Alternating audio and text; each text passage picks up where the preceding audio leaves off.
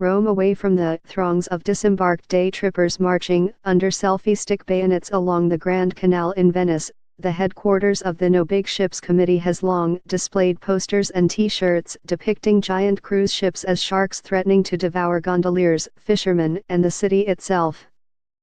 On Tuesday, officials in Rome voted to keep the sharks a little farther at bay.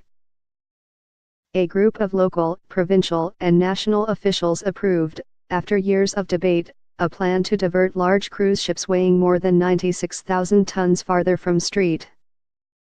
Marks Square, the Grand Canal, the Ducal Palace, and other Venetian treasures.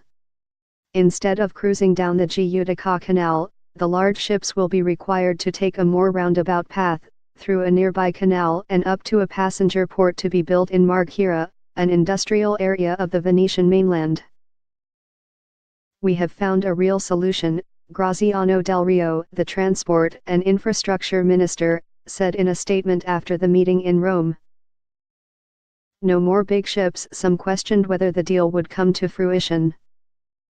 To the horror of historians, environmental campaigners, and the remaining few Venetian natives, Venice seems to be preparing for even bigger ships.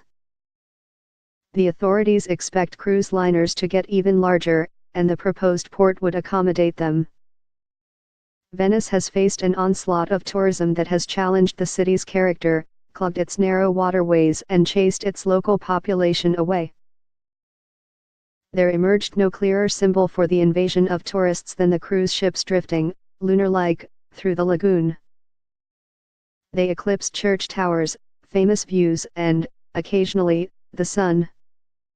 Even as tourist traps depended on the big ships for a new supply of consumers, locals cursed the sight of them, and the Italian Minister of Culture and Tourism, Dario Franceschini, who participated in the meeting, called them a problem.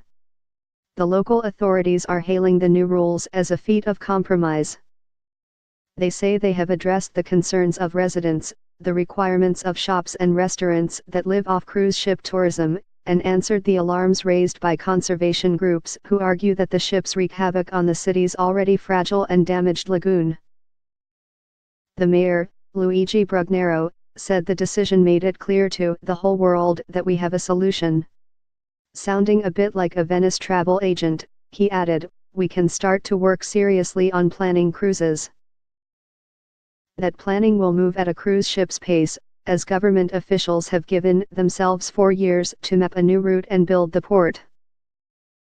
In addition, Venice has imposed bans on some ships from the Giudecca Canal in the past, only to reverse itself. But Mr. Del Rio nevertheless called the decision a concrete solution that would not interfere with commercial routes around the city.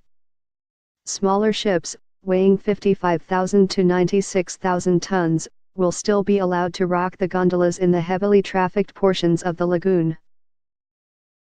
Those vessels, not to mention the larger ones that will be diverted by the new rules, still pose too great a risk for defenders of the city's cultural heritage and environmentalists, who note the damage that cruise ships cause to the lagoon's ecosystem and foundation. The big ships, and the bigger ones to come, are seen by opponents as sea monsters that they can barely bring themselves to imagine.